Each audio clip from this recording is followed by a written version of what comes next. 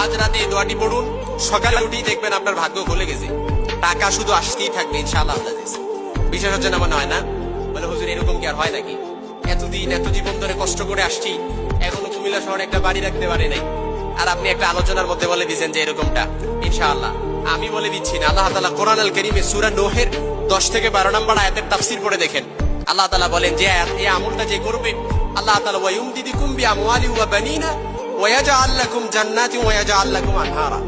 অর্থাৎ এত ধন সম্পদে বারাকা দিবে, শুধু ধন সম্পদে না, আপনার সন্তান সন্ততিতে আল্লাহ তাআলা বারাকা দিবে। অর্থাৎ সন্তান সন্ততিতে বারাকা বলতে কি বেশি সন্তান দিবে ওরকম না, না, না।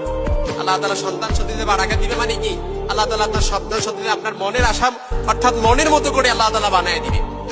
এই জন্য এই আমলটা করবেন ইনশাআল্লাহ। রাত্রিবেলা ঘুমানোর আগে 3 বার এই আমলটা করে ঘুমিয়ে যাবেন, আর সকালবেলা উঠে দেখবেন আপনার ভাগ্য খুলে গেছে। আল্লাহ তাআলার কোরআন সাক্ষী দিচ্ছে, 1500 বছর আগে আল্লাহ তাআলা রাসূলের মাধ্যমে মেসেজ দিচ্ছেন। রাসূলের এই আয়াতের স্পষ্ট নারেশন, কোরআন আল কারীমের আয়াতের স্পষ্ট নারেশন হচ্ছে ওয়ায়ুমদিদুকুম বিআমওয়ালি ওয়া বানিনা ওয়া ইয়াজআল লাকুম জান্নাতি ওয়া ইয়াজআল লাকুম আনহারা।